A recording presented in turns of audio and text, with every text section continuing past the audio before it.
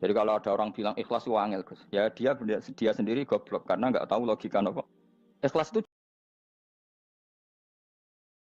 manusia. Manusia itu umurnya Hayyul Qayyum sama zat yang abadi. Kamu lah bocah, baru gue gabung kon. Sawangane kok taruh rasane wong ayu juga keberatan. Ya tapi saya tentu punya dua kelas, saya punya kartu premium dan ekonomi. Saya enggak tertarik lah daftar yang premium dok nanti repot apa. Saya itu sering nangis kalau baca ayat seperti ini. Bagaimana Allah yang Tuhan, kemudian tidak butuh Bapa, tapi Allah saking baiknya itu membuat tatanan logika kita. Saya tidak akan bosan-bosan sampai sowan Allah. Bahkan andaikan saya masuk surga dengan faham ini, saya milih faham ini. Karena faham ini itu menguntungkan agama li'ilai kalimatillah. Sementara masuk surga itu hadun nafsi. Banyak ulama mengatakan, kenapa Anda tidak ingin mati? Padahal Anda mati masuk surga. Katanya, saya takut kehilangan momen sujud. Karena sujud adalah hak Allah, sementara surga itu hakun nafsi. Keinginan saya. Tentu saya mendahulukan hak Allah ala hakin nafsi. Itu makam-makam yang... Dan itu nggak bisa kamu copy paste. Orang yang pada kelasnya akan merasakan seperti itu. Dan kamu tidak perlu minat, malah paham. Jadi sudah, dengar saja. Apa? Dengar saja. Begini misalnya, saya berkali-kali bilang, kenapa ulama dulu, saya ini kan di Sarang juga ngajar tauhid, dulu saya ngajar kubrul yakiniyat, di beberapa madrasah, termasuk di Sidogiri saya juga ngajar tauhid. Di sini saya ngajar tafsir, tapi yang saya titikkan juga tauhid. Begini, saya hidup di dunia ini, terutama saya memang ingin menerangkan tauhid, sebagaimana Allah menerangkan. Begini ya, Jubair bin Mut'im, saya tidak bosan-bosan cerita ini, Jubair bin Mut'im itu termasuk dahiyatul Arab, cerdas-cerdasnya orang Arab. Dia ditunjuk sebagai negosiator untuk membebaskan Asra Badrin, tawanan perang Badar yang kalah dan ditawan Rasulullah dan para sahabat. Kemudian harus ditebus dengan uang. Oke, disepakati terus. Singkat cerita Jubair bin Mut'im itu datang ke Madinah. Dulu karena tidak ada hotel, tidak ada penginapan, ya memang nginepnya orang musyrik itu di masjid. Ya sehingga itu lazim saja. Kamu tidak usah jadi liberal kemudian bilang musyrik boleh di masjid, ya tidak perlu seperti itu. Kamu juga tidak perlu goblok mengatakan nggak ada ceritanya orang musyrik nginep di masjid karena ya ada tarehnya seperti itu. Jadi tidak perlu goblok, ya tidak perlu liberal. Paham ya? Kalau kamu bilang, wah, nangono wong musyrik oleh nginep di masjid, kamu liberal. Padahal konteksnya dulu memang nggak ada hotel. Tapi kalau bilang nggak sama sekali juga goblok karena sejarahnya pernah ada. Milih nanti goblok apa liberal? Apa milih jelas? Nggak milih aja, ngaco aja. 01 apa 02 apa 00. Milih mana? Goblok, liberal, nggak milih. Nah, ketika Jubair bin Mut'im itu datang, delalah Nabi itu sholat maghrib ngimami. Nabi baca surat Wattur wa kitabim mastur fi rabbim mansur wal baitil ma'mur. Kemudian di pertengahan surat At-Tur itu kan ada ayat yang menurut saya itu sangat bagus. Sehingga di kamar saya, di rumah saya itu tak figur ayat itu. Bahwa kita harus dilatih berpikir. Kata Allah memulai argumentasinya, am khuliqu min ghairi syai'in. Apakah kejadian alam raya ini seisinya tentu diciptakan tanpa sebab. Misalnya begini, alam raya ini kata orang nihilisme atau komunis atau orang-orang paham nihilisme, itu kan dimulai dari ketiadaan. Logika ini kan goblok sekali. Berarti kalau alam ini kadung wujud, kamu kan tahu kan langit bumi sekarang kan wujud. Ya, langit bumi sekarang kan jelas wujud. Berarti logikanya adalah al-adamu yakhluqu makhlukon, sesuatu yang enggak ada menciptakan sesuatu yang itu kan aneh. Di mana-mana al-adam ketiadaan itu tidak mungkin yakhluqu syai'an atau yu'athiru syai'an. Di mana-mana ketiadaan itu tidak mungkin mengefeki sesuatu yang ada. Wong kamu sebut tidak ada itu berarti tidak mungkin bisa berbuat apa-apa karena namanya tidak ada. Sekarang alam raya ini dimulai dari ketiadaan. Terus kamu simpulkan sesuatu yang enggak ada menciptakan yang ada, itu gendeng apa enggak? Oh, gendeng sarap itu. Orang usah dipatahin wong gendeng, sebarno yang mau mati dewi. Jadi makanya Quran menanyakan mereka, am khuliqu min ghairi syai'in. Apa alam yang kadung wujud ini kemudian disebabkan oleh sesuatu yang tidak ada? Lalu kalau sesuatu yang ada pasti diwujudkan oleh yang ada. Nah, karena yang ada ini pencipta harus berstatus super. Nah, super ini oleh ulama disebut wajibil wujud. Maka Allah bersifat super, wujud yang paling prima, yang kausa prima. Karena pencipta tentu kelasnya harus di atas yang diciptakan. Makanya disebut, ulama dulu nyebut Allah itu apa? Wajibil wujud. Karena pencipta tentu lebih dahulu. Maka harus disifati awal atau qadim. Awal atau qadim. Kayak apa Allah mendidik kita? Am khuliqu min ghairi syai'in. Terus Allah bilang gini, ya gak apa-apa, yang menciptakan gak saya, gak apa-apa kata Allah. Tapi amhumul khaliqun, kamu saja yang menciptakan, gak apa-apa. Tapi syaratnya kalian juga harus merasa pernah ikut menciptakan langit bumi. Am khalaqus samawati wal ardh. Jadi, enggak apa-apa kamu merasa Tuhan, enggak apa-apa. Yang penting kamu merasa ikut nembok langit, ikut ngecor apa? Langit. Ya pokoknya ikut bikin. Terus kata Allah bala yukinun, kamu tak suruh merasa menciptakan langit bumi, kamu juga gak merasa iya, memang ya mereka merasa ndak kan. Akhirnya Jubair bin Mut'im saking gak kuatnya. Am khalaqus samawati wal ardi bala yukinun amin dahum khuzun. Sama Allah dibombardir seperti itu. Dia datangi Rasulullah, ya Muhammad, logika itu tidak meninggalkan akal saya. Matarok tali akli nasian. Akal saya habis Muhammad. Saya iman saja. Saya tidak cukup punya logika untuk melawan argumentasi ayat yang kamu baca. Saya iman saja. Terus iman.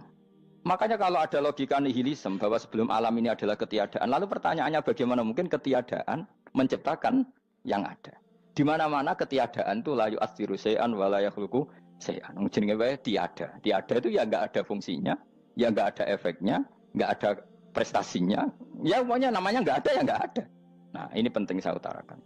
Terus di sini Allah mengulang lagi, enggak apa-apa yang lainnya kamu katakan Tuhan jadi mitra saya enggak apa-apa. Tapi tolong kata Allah, aruni madza khalaqu minal ardi, tunjukkan ke kami prestasi sama Yesus dulu mana? Dulu bumi, yang dia lahirnya di bumi. Lalu dia melata di bumi, jalan-jalan. Kemudian dia mengatakan ini bumi Tuhannya saya. Jadi bumi kok enak, bisa aku sih. Tua aku. Di Allah itu gampang sekali. Nah sekarang orang iman itu kuat semua. Makanya ndak wali-wali. Imane mbek Allah taklid, njaluke aneh-aneh, njuk bojo ayu, sugih, jabatan. Bela Allah secara hujah aja enggak pernah, sudah minta. Makanya kita hidup di zaman yang saraf masal. Lho kula njaluk pengiran akeh-akeh kuwi, coba kamu bela Tuhan tuh pernah bela apa? Bela Tuhan tuh gampang dengan argumentasi al-hujjah yang supaya agama ini tamkin fil ard, benar-benar mapan dalam logika. Yaitu tadi di mana-mana yang namanya sebab itu amrun wujudiyun, di mana-mana sebab itu sesuatunya harus wujud. Paling tidak kita sudah menolak nihilisme. Apa? Nah, nihilisme. Lah wujud karena wujud awal harus berstatus prima. Lah prima itu dalam bahasa ulama disebut wajibil wujud. Makanya ulama dulu ngelatih kita itu pertama Allah itu siapa? Zat sing wajibil wujud. Itu satu filosofi yang luar biasa. Nah, kemudian setelah itu ada setan-setan kecil yang nganggur, yang iseng. Nah itu nggak usah kamu perhatikan. Tinggal delok TV, ngopi, terus tinggal nyate kelata. Engko saya tamak pingsan dhewe. Syukur-syukur stres dhewe. Dugaan saya setan saya gue pingsan, kurang gizi. Karena memang setelah itu setan itu udah gini. Lalu sebelum Allah jangan-jangan ada wujud yang lain. Lalu Allah sendiri awal mulanya gimana? Kata Nabi, jika ada pertanyaan seperti itu kamu harus berhenti. Tinggal delok TV atau tinggal delok dangdutan. Ya kalau kepeksa apa-apa, kelasem ae. Saya ada menghalalkan tapi kan sudah kamu lakukan.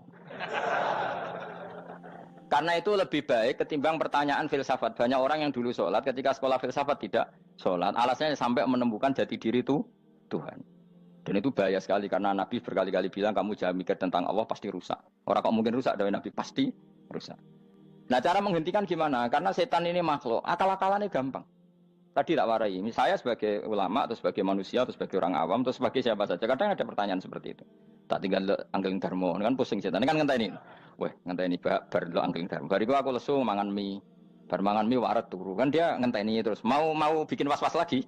Ternyata saya sibuk kan enggak bisa masuk dia. Bangun tidur aku selali pertanyaan tadi. Dinteni. Nah, dia masuk lagi aku sibuk ngajak anak jalan-jalan. Jadi saya kalau jalan-jalan di pasar itu wis enteni tan santai wae. Itu memang resep dari Rasulullah. Jangan sampai orang terjebak filsafat yang sampai menanyakan eksistensi Tuhan. Dan dia tidak mau iman, tidak mau sholat, tidak mau puasa sampai menemukan Tuhan itu siapa. Itu jelas minas syaitonir rajim, itu perilaku setan. Makanya Rasulullah setiap ditanya sahabat gitu itu Nabi guyu-guyu. Dan guyunya Nabi itu kata Nabi, baguslah kalau kamu takut Tuhan kalah kata Nabi. Nabi gojok gitu. Maka ada ulama yang punya seni berargumentasi yaitu Imam Ghazali. Jika setan tanya kamu lalu sebelum Allah jangan-jangan ada wujud yang sebelum Allah. Kata Imam Ghazali, ya itu saja yang Tuhan. Yang Allah ini enggak jadi Tuhan. Ya berarti wujud sebelum Allah itu yang benar-benar Allah. Kalau kamu bayangkan lagi, jangan-jangan sebelum itu ada wujud lagi. Ya itu saja yang benar-benar Allah. Sehingga tetap Allah itu menang terus. Paham ya? Yang jelas jangan sampai didahului Adam. Karena kalau didahului Adam lebih ngeri lagi. Karena sesuatu yang enggak ada menciptakan yang ada itu lebih buruk lagi menurut akal. Menurut apa akal? Nah, daripada kamu nggak salim Imam Ghazali, tinggal saja ndelok tadi ndelok sinetron. Itu yang lucu aja. Ndelok sing lucu-lucu. Ndelok apa mencari Tuhan. Pokoknya sing aneh-aneh, sing goblok-goblok, sing lucu-lucu, sing perane wong apa? Lha saya sering diprotesi saya. Gus Salim jenengan kok sering ndelok sinetron sing ana dialog wong goblok-goblok. Wong goblok ku menarik cara kula. Apa ya? cara pandang itu di luar dugaan saya karena kalau berkali-kali loh kalah wong goblok. Jadi makanya ini tak cerita nih beberapa kali yang jari Gus Wak cerdas berkali-kali kalah wong goblok. Ada seorang santri itu ingin dibelikan bapaknya itu sepeda motor. Bapaknya wong desa, senengane ngrumat sapi wedhus. Lah menurut saya ya orang tuanya itu mampu lah, sangat mampu untuk beli itu. Pak mbok ditukokno mawon wong sepeda motor. Kata bapaknya, "Anakku nu jog mondok apa goblok, Gus." Wong njaluk kok sepeda motor, njaluk mobil ora ya goblok. Lah kok goblok, Pak? Jenenge donya iku Gus, sing lahirno donya kok sapi iku ndek anak, wedhus ndek anak jenenge donya. Di mana-mana jenenge donya sing lahirno donya. Iki donya kok mangan donya. Mergo motor iku kan tuku bensin, mobil.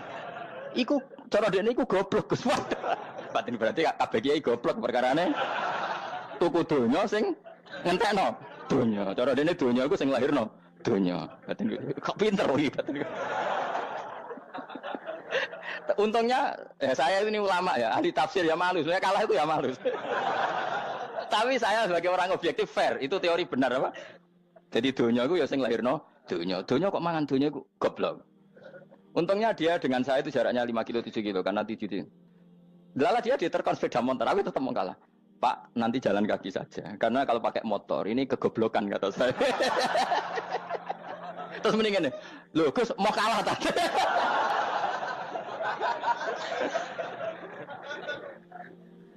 Wah kacau.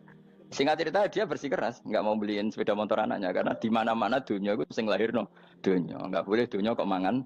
Ini satu kegoblokan yang agak ilmiah tadi.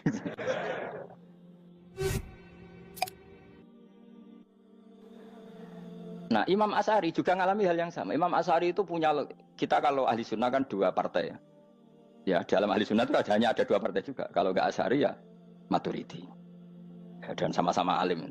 Ya kalau terpaut ya paling 5%, 7% ya. Kealimannya Asy'ari dan Maturidi.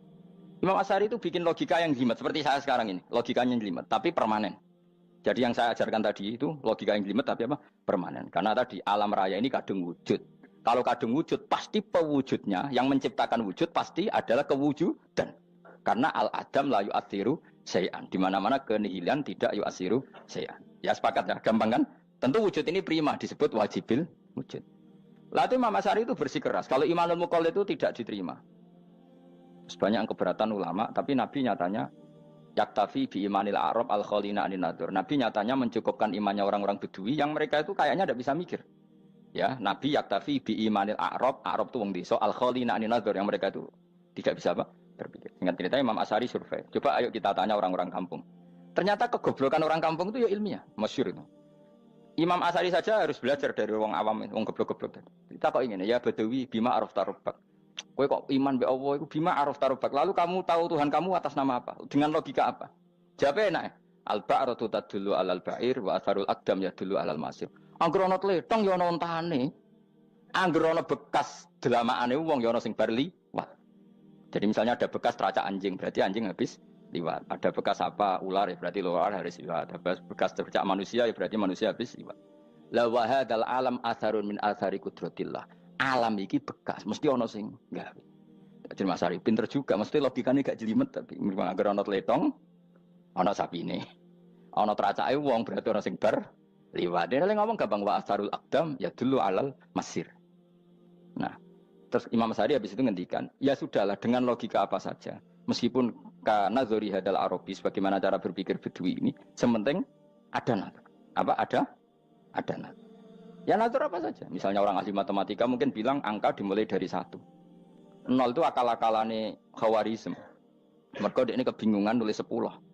Tapi tetap angka itu dimulai dari 1. Kalau misalnya 1 untuk mecah kesulitan ya harus dimulai 0,1. Tidak bisa 0 tok.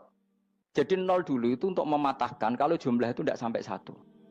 Tapi faktanya jumlah itu kan pasti 1 karena dimulai dari wajibil wujud. Khawarizm itu ya pintar matematika. Saya juga punya ilmu hisamnya Khawarizm. Itu kan dia karena kebingungan angka pecah. Misalnya 1 tidak sampai 2. Mau tidak mau harus ditulis 1,5 misalnya. Paham ya? Lalu kalau sebelum 1 tetap dia harus 0,5. Lalu hakikat 0,5 itu kan bagian dari wujud apa bagian dari Adam? Tetap bagian dari wujud. Jadi 0,5 itu kan khayal kuliah. Tak warai ya. Mungkin saya ada ahli matematika ala wong kampus, tapi saya tahu Kang, ala Islam itu lebih gampang. Misalnya gini. Sesuatu itu kadang kamu putus separuh. Tapi sebenarnya Misalnya 1,5 juta, limanya artinya apa coba? 500.000 kan. Sekarang kalau 100.000, 5,nya jadi berapa? 50. Kalau 1,5 jadi. Nah itu kan terserah satuannya apa? Tapi tetap dari 0,5 itu tetap menunjuk sesuatu yang wujud. Yaitu 5-nya sebetulnya apa? 5 yang separuh tadi. Paham sih kalau maksud? Tetap nggak bisa sesuatu dimulai dari apa? 0. Nah, makanya kata Abdul Hamid Khan kalau dalam mendidik tauhid, itu gampang saja tadi. Alam raya ini kadung maujud, kalau kadung maujud pasti disebabkan oleh sesuatu yang wujud. Karena wujud pencipta harus berstatus prima. Lah prima ini atau premium ini kita sifati wajibil wujud. Atau kamu katakan apalah kausa prima atau musabbibul asbab. Nah kelirunya kita dalam berislam itu, kritiknya para ulama, kita ini nyebut Allah dulu baru menceritakan status Allah. Kalau zaman Nabi itu dibalik. Status wajibil wujud itu kita terangkan dulu, baru yang oleh Islam itu namanya Allah. Paham ya? Kan beda, misalnya gini logikanya gini, kamu ketemu orang ateis, saya ulang lagi, kamu ketemu orang ateis, terus kamu ditanya, lalu alam ini yang menciptakan siapa? Allah Jalla Jalaluh. Mesti kan tanya, man huwa Allah itu siapa? Kalau dulu Islam mengajarkan enggak gitu. Surat pertama turun apa coba? Iqra. Iqra itu enggak nyebut kata Allah. Iqra bismi rabbika. Rabbika itu siapa? Alladzi khalaq. Sebutlah nama Tuhan. Yang berhak menyandang Tuhan adalah zat yang pencipta. Itu tidak ada kata Allah. Di surat Mudatsir, surat kedua. Ya ayyuhal mudatsir kum fa'anzir wa rabbaka fakabbir. Bukan Allah fakabbir, wa rabbaka fakabbir. Sehingga cara berpikir gini dibalik. Sebutlah Tuhan kamu. Tuhan itu siapa? Yang berstatus Tuhan adalah zat yang berstatus pencipta. Nah, lalu pencipta ini oleh Islam dinamai Allah. Kalau orang ateis kamu langsung bilang Allah, man huwa Allah. Berarti pertanyaannya Allah itu siapa? Lalu kamu jelaskan Allah adalah pencipta, Allah adalah wajibil wujud. Tentu lebih gampang kamu terangkan. Makanya Al-Quran menerangkan amuhuliku min ghairi syai'in. Mananya saya di sini, mananya ya Allah. Apa? Allah. Apakah mereka diciptakan tanpa pencipta? Tentu setelah Islam tahu itu namanya siapa? Allah. Paham ya? Kalau balen malih. Jadi sebetulnya Quran itu ngajari kita itu ilmu mantek yang luar biasa. Misalnya ya Yuhanna su'budu siapa? Rabbakumul ladzi khalaqakum walladzina min qablikum. Sembahlah Tuhan. Tuhan itu siapa? Pencipta kamu dan pencipta orang-orang sebelum kamu. Lalu Tuhan ini oleh Islam dinamai. Tapi kalau langsung kamu bilang ke orang ateis atau orang Uni Soviet, Allah itu Tuhan. Allah itu siapa? Sebab itu di beberapa ayat dijelaskan dulu status Allah. Sifatnya Allah, keakhasan Tuhan. Yang dikatakan Tuhan adalah zat pencipta. Kalau tidak pencipta berarti tidak Tuhan. Sekarang Yesus pencipta bumi apa enggak? Enggak, karena dia lahir sudah di bumi. Begitu juga Fir'aun. Fir'aun itu kalah telak sama Nabi Musa gara-gara logika ini. Ketika Nabi Musa ditanya Fir'aun, wa ma rabbul alamin, lalu Tuhan itu siapa? Kata Musa, rabbus samawati wal ardi, yang menuhani langit dan bumi. Jadi Fir'aun, enggak, ma'alim tulakum min ilahin wa irisa, jalan-jalan kemana-mana yang dikatakan Tuhan oleh masyarakat saya. Kurang ajar Fir'aun. Terus kata Musa, ya Tuhanku yang di langit. Terus manggil Haman masyhur, ya Haman ibn li surkhalla ali abluhul asbab samawati fa'attali ila ilahi Musa. Haman, bikinan saya piramida yang tinggi, aku akan lihat Tuhannya Musa. Ada enggak di sana? Padahal misalnya munggah tenan di pangeran ra iso didelok kan repot Nabi Musa. Wah payah ya, nggak piramida nginceng pangeran tetep ra ketok kan. Akhirnya Musa pakai logika. Ya sudah gini saja, Rabbukum wa rabbu abaikumul awwalin, yang menuhani nenek moyang kamu yang dulu-dulu. Mau itu langsung fabuhita Fir'aun. Fir'aun itu kaget sekaget-kagetnya. Dan para penggawai Fir'aun sadar. Wah kalau Fir'aun yang Tuhan, babanya tanpa Tuhan. Kan Tuhannya balita kan gitu kira-kira. Tuhannya balita. Tuhannya barulah. Itu kan jadi logika yang mematikan. Kalau Fir'aun Tuhan berarti babanya dulu yang wujud itu tanpa Tuhan. Karena Tuhannya barulah. Ini ada Tuhan kok datang terlambat ini kan. Akhirnya para punggawanya Fir'aun iman. Macam gendeng ya, Fir'aun itu gendeng. Itu pentingnya logika. Rabbukum wa rabbu. Orang tuh enggak belajar logika. Iman bi Allah orang mantep ning ati, ijek iso diguncang setan, jalukane wis aneh-aneh. Jaluk swarga, jaluk gak mutu cara salat. Ketama mila salat di surga itu demi khadun nafsi saya, poya saya. Tapi kalau saya salat itu untuk hakku. Saya sebagai hamba, identitas kesejatian saya adalah menghamba. Soal nanti Allah bikin bonus surga silahkan. Maka sebenarnya masuk surga itu ada urutannya. Sebagai orang alim saya urutannya adalah berkampanye sesering-seringnya membuat logika supaya orang mudah ke Allah dan Rasul. Makanya di Quran tuh gak ada orang disuruh masuk surga dulu itu ya Tuhan nafsul mutmainnah irji'i ila rabbiki. Kamu kembali ke Tuhan kamu dulu. Bahwa kamu makhluk yang butuh Tuhan. Fadkhuli fi ibadi. Kamu masuklah berstatus hamba dulu. Kesetatusan Hanun kan dengan suka sujud, suka ngamal, suka sedekah, suka tawadhu. Saya sebagai orang alim sebenarnya nggak suka mulang. Karena takut. Nak kue pinter kok nyanyi aku, nak goblok sawangannya metodeku gagal. Kan dua-duanya ini merugikan saya sebetulnya. Saya ulang lagi ya, nak pinter kayak nyanyi aku. Kan ya mungkin juga, senajan rodok mokal mungkin. Sanggep aja rodok mungkin. Pemana nak sing ndik kan yo, biasanya hasud wong ndik. Mau itu sebenarnya rugi semua, tapi Allah yang memerintahkan hak wong alim kudu mulang. Perhitungan itu tak buang semua. Sing ape nyanyi nggih monggo, sing tetep goblok nggih. Monggo, semoga Allah ngutus mulang ya napa? Mulang. Anda posisikan yang mantap. Lagi buat khuli jannati. Sekarang enggak dibalik orang ini masuk surga dulu. Kayak surga di kapling. Traweh arang-arang wae jaluk Lailatul Qadar. Wingi wis Dzulhijjah wingi kan Pak. Sebagian ulama berpendapat Lailatul Qadar itu fi kulli sanatin. Apa fi kulli?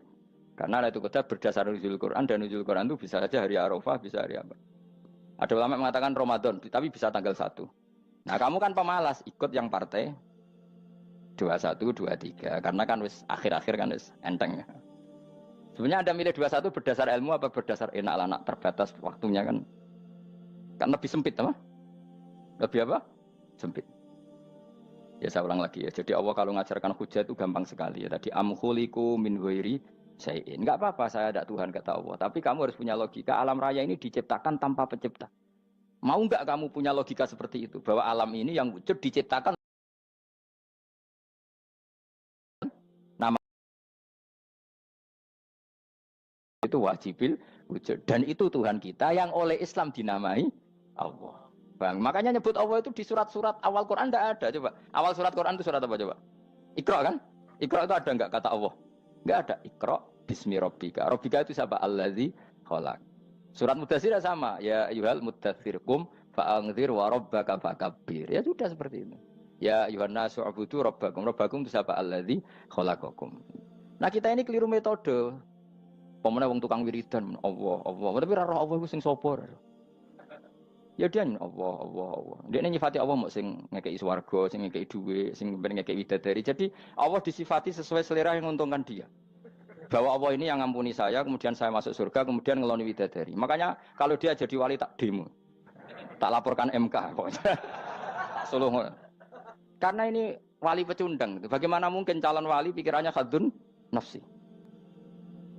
Kalau lama agak gitu, mendikan Allah itu zat paling penting di dunia. Maka akan saya maklumatkan di dunia bahwa orang kembali ke Allah. Caranya gimana? Akan saya kenalkan Allah lewat logika. Caranya apa? Kita sifati wajibil wujud. Kita sifati Rabbukum wa Rabbu abaikumul awalnya. Dengan sifat-sifat yang semuanya mengarah ke dikjayaan Allah Subhanahu wa Ta'ala. Itu jenenge kowe bener-bener ulama. Itu disebut bal wa ayatum bayyinatun fi suduril ladzina utul ilm. Makanya ulama itu orang yang luar biasa sampai disebut innama yakhshawaha min ibadil ulama. Ahli ibadah itu rapati wedi pangeran. Masuk wiridan istighfar nangis rapati wedi pangeran, gayane tok nangis. Karena sebenarnya dia nangis wedi ra mlebu swarga. Mlebu swarga gak iso ngloni. Dari itu aja orientasinya itu. Makanya bener Kanjeng Nabi nak gojlok orang alim satu itu lebih utama dibanding 1000 ahli ibadah. Bahkan Nabi pernah ngendikan sangat ekstrim. Fadlul alim alal abid kafadli ala adnakum kata Nabi. Keutamaan orang alim dibanding ahli ibadah itu sebagaimana kelas saya kata Nabi dibanding kelas terendah kalian. Padahal Nabi dengan Abu Bakar saja jaraknya sangat jauh. Itu kata Nabi fadlul alim alal abid kafadli ala adnakum. Keutamaan orang alim dibanding orang abid sebagaimana keutamaan saya dibanding sahabat paling rendah. Karena tadi abid itu ada oportunisnya. Tapi kamu jangan benci abid loh. Karena kamu ya orang alim, orang abid. Saya saja yang kritik, saya yang tanggung jawab di depan Allah. Orang abid itu kadang kan wiridan nganti nangis, pikirannya apa coba? Wis rasakno mungkin apa wiridan pikiran aja. Di sepuro dosane, terus apa kan? Mlebu swarga, terus apa kene swarga? Aku takok. Saya aku takok, ayo sing ape mlebu swarga apa kegiatan? Rencana pertama apa? Terus gak usah munafik biasa wae. Mau inna ansa'na apa? Insya Allah kalau harus jujur, apa jujur. Bandingkan kalau orang alim. Orang alim itu ketika nyebut Allah itu iri ya Allah. Kenapa di dunia ini ada makhluk lain yang menandingi engkau? Saya tidak ridho. Kenapa di dunia ini ada syarik orang yang dimitrakan seperti engkau? Maka orang-orang alim ini ingin memaklumatkan bahwa la syarika lak. labbaika Allahumma labbaik la syarika lak innal hamda wan ni'mata laka wal mulka la syarika lak. Sehingga para nabi itu memaklumatkan itu. Engkau saja yang Tuhan ya Allah. Semua nikmat dari Engkau, semua kepemilikan ini milik Engkau. La syarika lak labbaik. Dimaklumatkan ke dunia. Innal hamda wan ni'mat itu dimaklumatkan. Enggak ada kepikiran mereka masuk surga. Karena mereka ingin memaklumatkan bahwa Allah ini yang Tuhan. Sama tak ceritani Nabi Ibrahim jadi Khalilur Rahman, rumang samu kakan wiridan kaya kowe ndak. Wiridannya Nabi Ibrahim sama mungkin banyak sampean. Karena sampean banyak kepentingan tadi. Wali-wali dulu kalau wiridan itu tidak sebanyak sampean ndak, tak jamin ndak. Pemene maca lelo ping 10.000 ndak biasa wiridannya. Tapi khosyahnya sama Allah luar biasa. Pertama Nabi Ibrahim diangkat jadi khullah. Khullah itu ya Khalilur Rahman itu. Itu dia wiridannya gini. Ya Allah, innahu la yahzununi alla ara ahadan fil ghairi ya'buduka. Alla ara ahadan fil ardi ya'buduka ghairi. Sama saya hafal tadi. Memang saya hafalkan. Ya Allah, saya ini susah sekali. Kenapa zat sepenting engkau kemudian yang menyembah engkau hanya saya? Ini tidak fair. Makhluk yang enggak penting saja punya umat. Makhluk-makhluk yang enggak penting aja jadi pusat perhatian. Misalnya artis atau presiden atau gubernur atau tokoh top, semuanya jadi presiden padahal semuanya itu makhluk yang enggak sepenting engkau. Ini zat yang sepenting engkau, kemudian yang tahu kalau engkau penting hanya saya, ini tidak fair. Nangis dan nangis. Ini tidak fair. Innahu la yahzununi alla ara ahadan fil ardi ya'buduka ghairi. Saya ini susah Gusti, susah sesusahnya. Zat sepenting engkau, kemudian yang tahu kalau engkau penting itu hanya saya. Wah ini tidak fair. Loh, coba kalau orang mencintai sesuatu kan gitu. Misalnya kita bojo ayu, kemudian wong liya kabeh darane elek, mangkel ora? Mangkel enggak? Kamu beli Alphard. Kamu kira itu mobil mewah. Kemudian orang nyejajarkan podo mbek Keri, mangkel enggak? Semua kenikmatan itu kita nikmat karena itu diakui ya enggak? Wes gunane apa kae di Alphard gawe ning Gunung Kidul. Terus wong darani ngono iku padha mbek keri ambek kejamke mangkel ora kira-kira. Enggak penting mewahnya ini tetap butuhe pengakuan. Coba misalnya kamu jadi presiden hidup di dunia orang sufi. Sing darane wong penting wong saleh ahli sujud ora kakuat iki. Keteko di Barno. Karena itu dihormati situ hanya orang apa saleh. Kakuat gak? Oh kakuat gak? Atau kowe dadi artis top, teko ning daerah Gunung Kidul mung desa-desa, terus diundang lek. Oh, mangkel kae. Le bayang dong.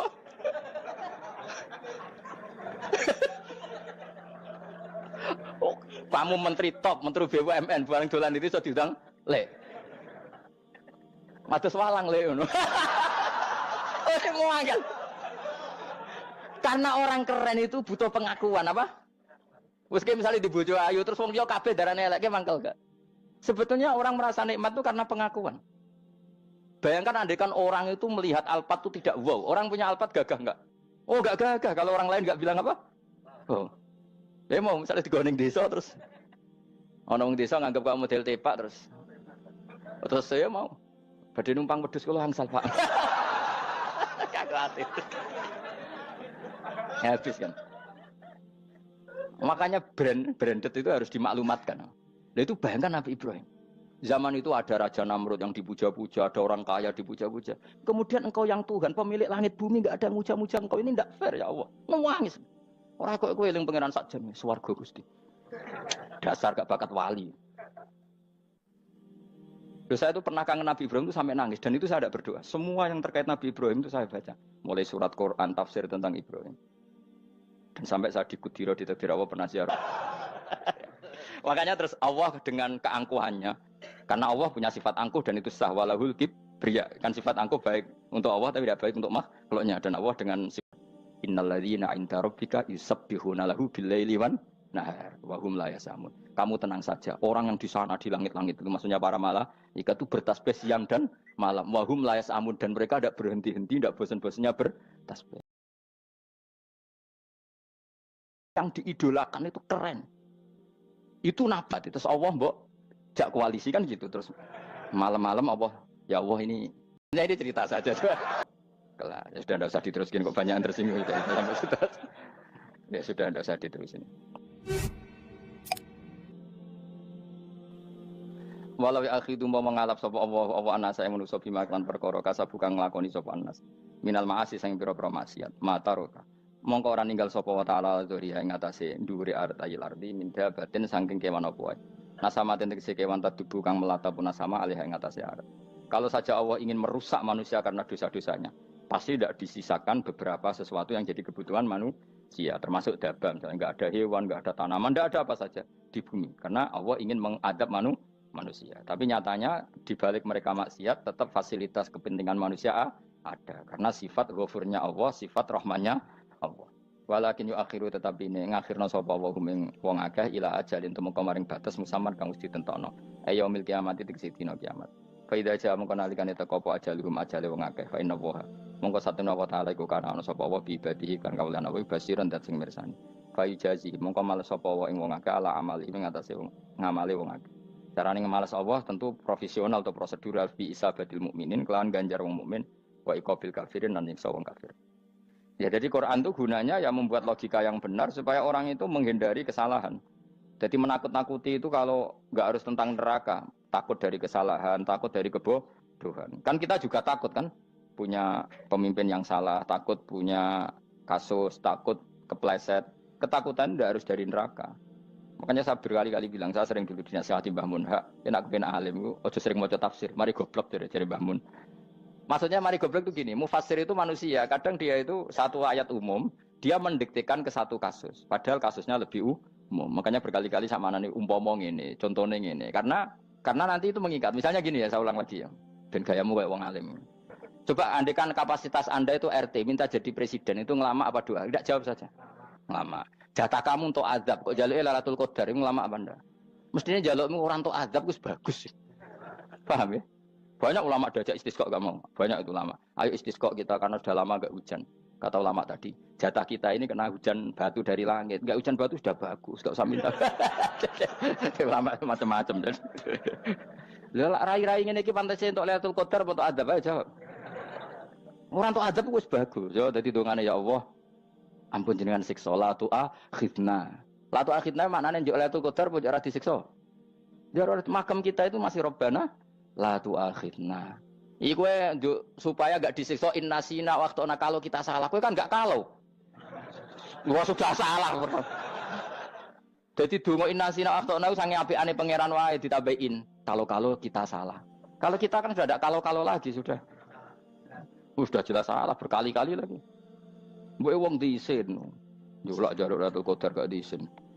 Tapi oleh wong pangeran apian. Pangeran kan tapi misalnya pangeran ora aku luwe apian timbang aku. Jadi sowe disahno permintaan. Tapi gak dikabulno. Mau disahno tapi ora usah apa? Disahno iku iman jalin jeneng goblok piye meneh kowe macam-macam. Makanya doa paling fair itu ya Rabbana dzalamna anfusana wa lam taghfir lana wa tarhamna lanakunanna. Makom kita itu di sepuro pangeran. Sing bener donga wong traweh-traweh lho ning Tuban ning Jogja wis bener apa innaka afuwun karim tuhibbul afwa fa'fu anna. Ora ana guru-guru kita donga ya Allah anilna lailatul qadar ya Allah ka ora sarahku kiye kita ora ana ngajarno ngono ya Allah innaka afuwun karim tuhibbul afwa fa'fu anna. Jenengan kandat sing kathah nyepurane lan seneng nyepuro impun jenengan sepuro. Iku bagus sudah bagus. Ndelok lailatul qadar kira iso ndelok srengenge. Terus ndelok angin. Angger daerah Gunung Kidul banter terus aneh-aneh. Nan mergo ngrasa ora dolim nduk Lailatul Qadar. Tapi kira ngrasa ora dolim wis ujub sombong. Wong sombong ora berhak meraih. Lah terus piye Gus? Piye biasa wae, pokok biasa wae. Makom kita ora kena adab itu sudah luar biasa. Ora penuh adab piye. Wis ngene iki wis luar biasa, napa? Luar. Mun nang ngandel kula. Wis ngene iki wis keadaan seperti ini terus. Soale dongane wae Rabbana la tu'akhidna in nasina wa akhtana. Itu sudah luar biasa. Nah, ini kan teruskan dawuh Mbah Mun ya. Misalnya Allah bilang gini, fattaku, maka takutlah kamu. Biasanya mufassir ditambahi minan nar, maka takutlah kamu masuk. Sebetulnya yang perlu dihindari dari kita, takut itu ya, takut salah, takut bodoh, takut tergolimi, takut mendolimi orang lain, takut hidup tidak ada gunanya. Tapi mufassir tentu milih yang populer, takutlah kamu dari api neraka. Coba misalnya gini, kita nanti masuk surga. Kemudian zaman di dunia kita tidak pernah berkampanye ya atau berkontribusi untuk agama Allah. Cara saya itu izin. Kata Imam Malik, saya masuk surga. Kemudian orang yang mencintai saya masuk surga itu saya malu. Rasulullah juga gitu. Saya sebagai pemimpin umat, saya malu masuk surga. Dan satu dari umat saya masih masuk neraka. Jadi ulama dulu tuh ketakutannya bukan sekedar masuk neraka, takut malu, takut bodoh, takut keliru, takut. Saya misalnya nanti masuk surga itu malu, dengan saya tidak pernah ngajar tafsir Jalalain. Malu saya. Karena katanya Allah, hak kenapa pun swarga? Terus diberi swarga. Tapi kalau pernah Baca tafsir jalan kan ono kerene. Keren artinya saya pernah mengkampanyekan Quran, pernah mengkhidmati Quran, pernah ngitmai kitab, pernah mulang, pernah sowan. Biasa tiap bulan sowan jenengan gak sopan tapi. Mulane kira usah bales sowan rono malah ganggu aneh-aneh. Kadang santri yo pidol, wis diulang cek sowan. Orang tuh kiai kalau sudah di rumah tuh milik keluarga biar fair. Bermulang cek assalamualaikum. Terus kiai ini kagok keluargane ku kapan? Boyo mikir bocah ora karu-karuan. Jadi seneng yo di ilmoni, napa seneng yo di ilmoni. Saya ulang lagi ya. Nah, kata yang ditafsir itu sering tidak mengikat. Makanya kata Mbah Mun, baca tafsir itu dikurangi. Maksudnya dikurangi itu bukan apa-apa, maksudnya tadi kalimat yang ditafsir itu tidak mengikat. Yang mengikat itu yang kalimat di Quran. Nah, kalimat Quran itu umum, napa? Misalnya gini. Adil. Lalu adil itu misalnya mufassir menafsir, adil itu menyamakan di antara dua orang konflik. Misalnya di MK 01 dan 02 dianggap sama, itu namanya adil. Itu kan dawai mufassir. Atau misalnya gini, Allah bilang gini ke saya, hak kan ada di kiai sing adil. Terus adil ditafsiri orang, adil itu menyamakan sesama murid, haknya sama. Nah, tapi bisa saja adil itu di luar itu semua. Misalnya gini, ternyata adil menurut Allah gini, adil maknanya seimbang, apa? Adil itu maknanya apa? Seimbang. Lalu keseimbangan seorang hamba adalah dia ingat Allah lebih banyak. Karena ini bandul yang benar-benar nyata. Allah itu nikmatnya nyata. Sehingga ketika saya sebagai orang alim, ingat saya alim itu karena Allah. Dikasih ilmu Allah, dikasih cerdas Allah, dikasih semuanya dari Allah. Sehingga saya itu tidak merasa kumuluhur pada kalian. Karena semua ini dari Allah. Kemudian Allah sendiri yang memerintahkan, ya, kamu harus mengajar. Maka saya ada Arab-Arab salam template sampeyan, penghormatan sampeyan, apresiasi sampeyan. Karena saya hubungannya hanya dengan Allah Subhanahu. Itu namanya adil, meletakkan sesuatu proporsional. Itu juga adil namanya. Makanya seseorang itu nggak bisa dikatakan abid selagi belum tahu kalau ibadahnya minallah. Jadi misalnya ke ibadah tok, ternyata kamu yakin itu ibadah kamu, amal kamu itu belum abid. Abid hakikat adalah alhamdulillah alladzi hadana li hada wa ma kunna linahtadiya laula anda tahu. Ketika kita sujud yakin ya Allah alhamdulillah jenengan menakdir saya sujud. Saya sholat alhamdulillah engkau menakdir saya sholat. Sehingga minallah dulu, pikiran itu semua kebesaran kemendahan ini minallah dulu. Baru setelah minallah kita yakin billah. Setelah billah juga yakin ilallah. Misalnya gini ilallah itu. Setelah saya ngajar tafsir Jalalain, kepentingan saya satu. Hamba-hambanya Allah menjadi tambah mencintai Allah. Tidak mencintai saya, enggak penting sampean mencintai saya. Makanya Imam Syafi'i tiap ngajar bilang begini.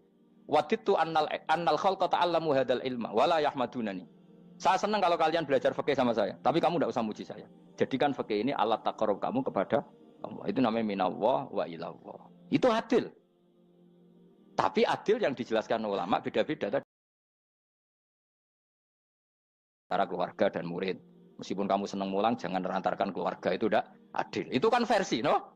Maksudnya Mbah Mun, kamu jangan terjebak versi-versi dalam tafsir. Paham ya? Karena Allah hanya ngendikan i'dilu wa aqrabu.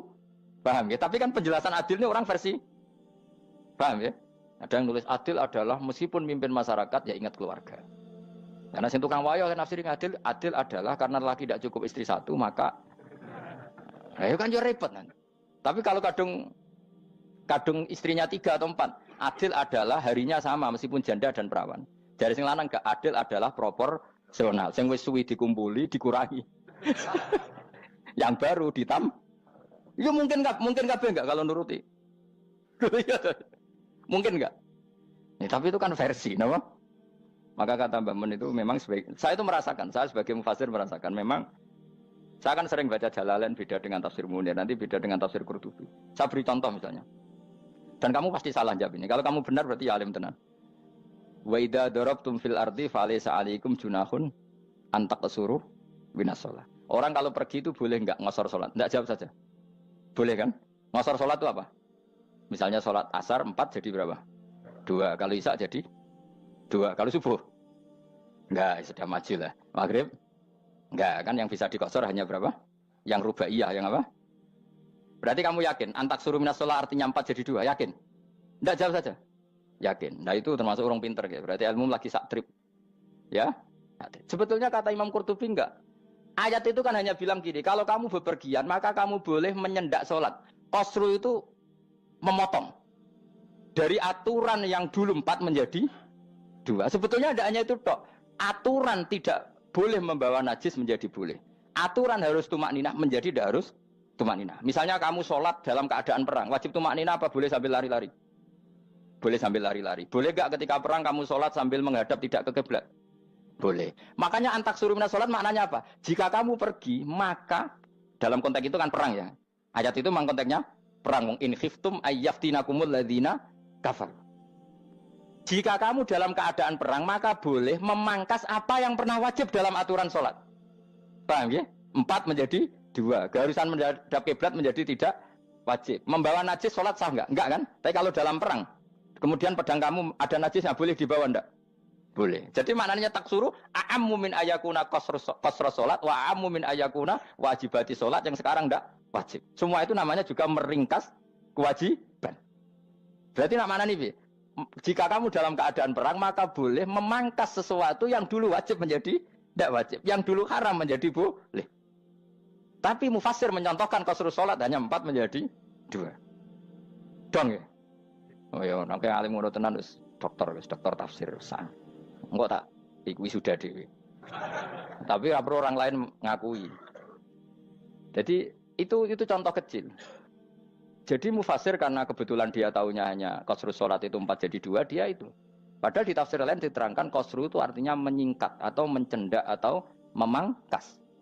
Dulu wajibnya sholat itu nggak boleh bawa sesuatu yang najis. Tapi kalau sholat dalam keadaan perang dan pedang kamu ada darahnya, boleh nggak dibawa? Boleh. Bahkan Allah menyuruh dibawa. Dan boleh nggak madhep kiblat. Fa in khiftum farijalan auruk banataki faida amintum fadzkurullaha kama allamakum. Ketika keadaan aman baru sholat sesuai standar. Nah berarti kan ada qasru sholat, ada pemangkasan aturan sholat. Kayak misalnya begini. Dalam keadaan normal boleh nggak kamu motong pohon pisangnya tetangga tanpa izin? Nggak boleh kan? Tapi misalnya ada banjir bandang, kemudian kamu bisa selamat kalau motong itu wajib izin apa malah haram izin? Haram izin, harus kamu langsung potong karena kalau tanpa begitu kamu dan yang punya wajib meridhoi. Kalau nggak meridhoi disalahkan syarak malah. Paham ya? Jadi ini penyolongan yang wajib. Tapi tak sebab potong kayak ngelangiin, terus gedangnya bepangan, itu berlebihan. Karena Allah memaklumi hanya untuk ngelangi. Jebule wis menisan lah itu di luar izin syariat apa? Di luar izin syariat. Itu melampaui batas itu. Syaratnya boleh itu ghairu baghiw wala famani turra itu darurat syaratnya ghairu baghiw wala dan tidak boleh melebihi batas. Ora ape ngetok gedange jupuk sik sing mateng dipangan terus diketok. Ora oleh. Paham jelas ya. Makanya kalau ngaji tafsir ya saya kan berkali-kali ada makna di tafsir Imam Suyuti saya tambahi umpamanya ini. Maksudnya umpama itu supaya contoh itu tidak mengikat. Jadi yang disebut beliau itu satu dari sekian potensi ribuan contoh. Ya kayak tadi misalnya antak suruh minas sholah. Itu umumnya ulama membayangkan qasru sholat yang 4 jadi 2. Padahal enggak, maknanya meringkas aturan dari wajib menjadi tidak wajib. Bahkan sebagian aturan itu dikatakan haram, tidak haram. Jadi tadi misalnya bawa najis atau teman kamu mau dibaca orang kafir, terus kamu bilang, hei hati-hati, itu tidak batal kalau dalam sholat siddatil khauf. Paham ya? Jelas? Semaju lah. Malam terus likur, lelatul. Wis gumen mbek wong-wong bingung ora ilmune wong-wong. Ma ungzira abahum lam yungzaru tegese ora den kei wedi sapa ngangge fi zamanil fatrah ing dalam zaman fatrah. Ya sama seperti ini. Orang tidak mendapat ingzar itu fi zamanil fatrah, zaman enggak ada rasul. Tentu tidak hanya itu tok. Ada rasul tapi orang itu jauh dari komunitas ulama. Itu juga termasuk orang yang tidak mengalami ingzar. Jadi tidak mengalami ingzar bisa di zaman fatrah atau sudah ada rasul tapi dia jauh dari ulama atau jauh dari komunitas Islam. Itu juga komunitas yang tidak mengalami ingzar. Pahum mengkote wong akeh kaum iku khafidun lali kabehane imane sing iman parustilan bener. Ya contoh paling gampang itu nak dawuh yai mesti bener itu loh. Kalau kamu ngaji tafsir Jalalain ya yuhan nasu budu rabbakum. An-nasu biasanya tafsirkan kufaru Mekah, napa? Padahal di situ nas semua manusia apa kafir Mekah? Semua manusia. Cuma konteks dulu karena Nabi orang Mekah dan zaman itu yang diberi peringatan orang Mekah, Imam Suyuti bilang kufaru Mekah. Lah seperti itu kufaru Mekah mengikat apa enggak? Enggak kan? Enggak, karena yang dituruni Quran yo kafatal linnas. Tapi ya yuhan nasu di Jalalain sering ditulis apa? Kufaru Mekah. Lah seperti itu tidak mengikat. Itu contoh saja, Pak. Contoh saja dalam konteks zaman itu. Paham ya? Jadi banyak, makanya tafsir itu sebenarnya agak ngikat. Ya tapi yang ngomong gitu harus orang alim. Kalau kamu yang ngomong malah kacau. Kemudian ngomong sombong, Mas Suti kan manusia, saya juga manusia. Ngapain saya harus ikut? Ya sarap itu. Iku ora wis sombong saraf, no? Wis sombong saraf. Lakot hakko teman-teman fahum, lakot hakko teman-teman nyata apa alqaulu apa titah. Wajibat iki wajib manane nyata al aksarihim. Ing atase akeh-akeh wangke bil adab. Lakot hakko teman-teman dadi nyata apa alqaulu apa titah anane azab. Wajibat iki wajib apa adab al aksarihim bil adab fa mongko te wong akeh la yuminu ora iman sapa akeh. Il aksaru tegese te akeh wong ora iman. Zaman iku Mas. Ya, maksudnya zaman itu. Tapi jengben gue buatan ngerti. Tapi yang mungkin Ba'da Isa itu semua orang iman, tapi ya banyak yang setelah iman itu tidak bermanfaat lagi karena wes napa matahari terbit dari napa barat. Khina la yanfa'u nafsan imanuha lam takun amanat min qabl. Inna saat temen ingsun ujar naga ingsun fi anaqihim. Ing dalam gulu-gulune wong akeh tak gawe aghlalan ing belenggu. Bi ayu doma gambar bi antu doma gambar sento dhewe kumpulno ilaha maring anak apa alai di tangan. Di anal gol lah karena saat menegil iku yajma'u iso ngumpul-ngumpul gil al yada ing tangan kal unuk maring geger maring napa gulu-guri lho jenenge unuk. Wong Arab nak darani kene iku unuk, nak darani kene iku nakher. Ya jare wong Arab ya kene iki unuk, kene iki nakher. Lah gulu niku ngeten tangan ditakok teng napa? Napa? Gulu. Napa jenenge cidok niku cidokne. Sing guri-guri. Faya mengko te tangan ila aidi kumas muatun ting kupono ila atkoni maring dagu. Niki lho jenenge dagu jam udakonin waya mustama'ul lahyan. Kumpule dua dagu atau dua wang nek cumanan bahwa mongko te wong akeh mukmahuna iku dadi bunder sapa wong akeh. Manane rafiuna ngangkat wong akeh usaha ing sirahe wong akeh. Lastatiu ora iso mampu sapa wong akeh khodaha ing ngendekno ruus. Menane dhewe maksud wa ta iki mutamsilun muk bayangan, muk tamsil gambaran. Mulane kula gumun mbek ulama riyen. Tak contohno ya, nek ulama dhisik ku top. Wong dhisik nek darani bun neraka digludungno. Wong kafir ku sampeyan digludungno ning neraka. Iku ya pancen ngalim tenan wong dhisik. Mergo gambarane ngene, ora usah praktekno sampeyan, praktekno saiki wae. Nak praktekno sampeyan kowe sampeyan mlebu neraka. Dadi ngeten wong nak lungguh ngene, wong Arab nak darani iki ason-ason. Terus ngeten. Ngeten. Niki jenenge apa? Dengkul. Dengkul itu kena dagu, terus tangan kena cidok. Dadi ngeten. Dadi wong wis dalam keadaan bunder. Paham ya? Lah malane malaikat karek nyaduk terus gludung-gludung ngono. Paham ya? Dadi mergo iku napa? Dengkul nempel dagu, paham ya? Tangan nempel cidok, terus ditaleni. Paham ya? Terus ya karek gludung dong, mulane wong kuno nak darane bun neraka iku. Oke bayangno saiki sampean ra usah, gak usah mlebu maksudnya, paham ya? Mulane ape mlayu ora iso, wis posisi ngono, paham ya? Sampean ra usah delok, maksudnya praktekno saiki. Orang delok lho. Lah dawuh Imam Suyuti wal muradu te kang den kersakno iku annahum sak temne wong akeh la anu nek ora tunduk sapa wong akeh li imani maring iman. Wala faduna nek ora tunduk sapa wong akeh ora ndilukno ru'usau ing sira wong akeh lahu krana iman. Iki tapi dawuh Imam Suyuti. Tentu tidak semua ulama sependapat. Jadi cara Imam Suyuti semua yang dikatakan Quran ini muktamsil. Artinya mereka tidak tunduk, maknanya tidak menerima iman. Tapi itu cara Imam Suyuti. Ulama lain yang mengatakan tidak. Memang orang kafir ketika masuk neraka dalam keadaan seperti itu dan digeludung. Ya tidak apa-apa sama-sama benar. Ya sama-sama benar karena ya Quran itu milik bareng, milik bersama. Jadi kan banyak kalimat kayak tadi mengkosor sholat, meringkas sholat 4 jadi 2 yang meringkas, paham ya? Dari aturan ketat menjadi agak longgar juga meringkas. Jadi semuanya namanya memotong apa? Memotong dari 4 menjadi 2 yang memotong, paham ya? Dari aturan wajib menjadi tidak wajib juga memotong. Nah, itu kan sama-sama benar. Lihat nanti konteksnya. Wajah analan gawe sapa ingsun mimpeni aitim saking ngarepe wong akeh sadan ing tutup. Wa min khalfihim saking gurine wong akeh sadan ing tutup. Fathisin sadan wa dhammiha lan dhamai sin sudan fil maudi ing dalam panggonan loro.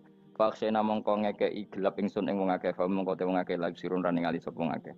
Tamsilun iki ya contone aidon disat diturukil iman maring ketutupe dalan iman alih ngatasi kufar. Nah cara maksudé kabeh iki mau tamsil. Dadi ngene. Dari depan kami iman. Tapi ulama lain mengatakan ya ndak, memang pernah ada peristiwa di mana orang kafir ngepung Rasulullah dan mereka dari depan matanya dihalangi, dari belakang dihalangi, sehingga ketika Rasulullah keluar mereka tidak melihat. Itu ya nyata. Ya jadi makanya ngaji ya. Jadi ben keren. Oh ini ada sekian tafsir. Terus gue ngomong kan kayak wong alim keren. Nah tak kata siapa? Ono rekamane. Tapi orang ngaji dhewe. Nah tak kata siapa? Ada rekamannya. Lah anak aku takut ada kata siapa Gus? Tak dudono kitabe. Lah anak gue dudono rekaman. Iku apik zaman akhir ngono wis maju. Soale sing rido kan. Enak kok Kang jadi orang alim gue enak. Nanti itu jadi orang alim ya rugi. Tadi nanti kan gitu. Syekh Abdul Qadir masuk surga. Entah ini gelombang kedua dan para penggemarnya.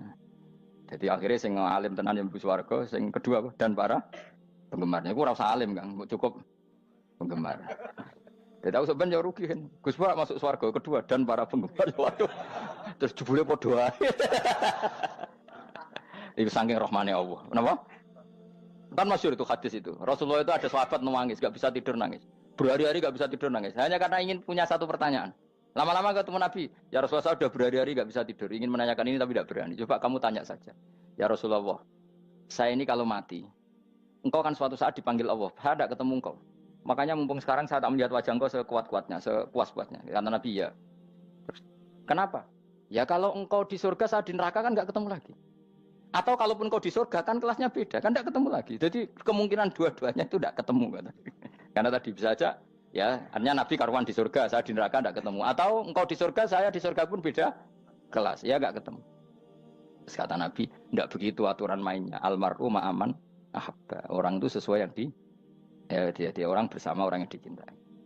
Jadi ya saya harus ikhlas kalau kamu saingi nanti. Ya takdir no. Wasawana ni podo uga alim ngatasi wong akeh angger tau itu ngekei peringatan sira gumeng wong akeh tahqiqil hamzatain angger ta. Wa ibdali saniyati alifan angger ta humata sili ala nasil hamzah wa itu khali alifan wa kun alif binal musahalan dan hamzah sing ditasil wal ukhra lan ya wa tarki lan tinggal itu khali.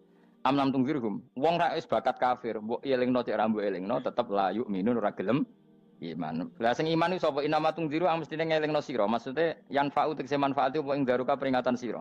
Peringatanmu manfaat man ing wong ittaba kang anut sapa man atikra ing Quran Al-Qur'an tegese Quran. Wa khasyialan wedi sapa man Ar-Rahman ing awase Rahman bil ghaibi padahal ora roh pangeran. Ya khofa tegese wedi sapa wong ing Allah, toh walam yara ora ningali sapa wong ing Allah. Nane bil ghaibi itu apa? Takut Allah dalam keadaan toh dia tidak melihat Allah lang. Mereka tak tafsiri bil ghaibi barang gaib. Barang gaib ning Indonesia terjemahannya hantu. Melihat alam gaib itu maknanya apa dalam bahasa Indonesia? Hantu. Mulane bil ghaibi ra tak terjemah, apa? Ya namanya ini wa khasyalan di sapa wong Ar-Rahman ing wasirman bil ghaibi padahal dene ra roh langsung. Ya ora usah diterjemah ya. Terjemah dadi apa? Barang gaib malah repot. Wa basiruhum mongko ngekeki berita gembira sira ing iman bimaghfiratin kelawan pengempuranan wa ajrin dan ganjaran karimin kang terhormat. Orang yang seperti itu yang ngikuti Quran dan takut Allah itu layak mendapat maghfirah wa ajrin karim wa ta'ala jur karim wal jannatu swarga. Inna satamna ingsun wa nahnu ya ingsun iku nuhyi uripno ingsun al mauta ing wong sing mati libak sikra nafas. Wa natubulan nulis ingsun fil lauhil mahfuz ma ing apa wae kodamu kang nglakoni sapa ngake fi hayatihim. Di lauh mahfuz apa yang pernah kamu lakukan ditulis min khairin kaapian wasari dan kaelean li yujazau supaya diwales sapa ngake alih ing atase iki. Wa atharahum lan yo tak tulis bekas-bekas kelakuanem. Matek se perkara ustunta kang digawe sunah apa bima badam sak usum ngake. Jadi perilaku kamu ditulis setelah kamu mati masih ditulis yaitu bekas-bekas sunnah kamu yang pernah kamu lakukan. Jadi misalnya kayak kok penemu judi, selama ada orang judi ya kamu dapat, paham ya? Paham ya? Loro gak ya? Makanya ulama ngendikan dulu tubalil amwat, tubaliman mata wa matat ma'ahu dunubuh. Bejo wong mati, kemudian dosa-dosanya melok mati pisan. Maknanya dia mati dalam keadaan tidak pernah melahirkan sunnah keburukan, paham ya? Tapi bejo wong sing mati, kemudian dia meninggalkan sunnah kebaikan yang diikuti terus. Kok sampean ini lo bener? Gak paham jalannya lah, nggak jalan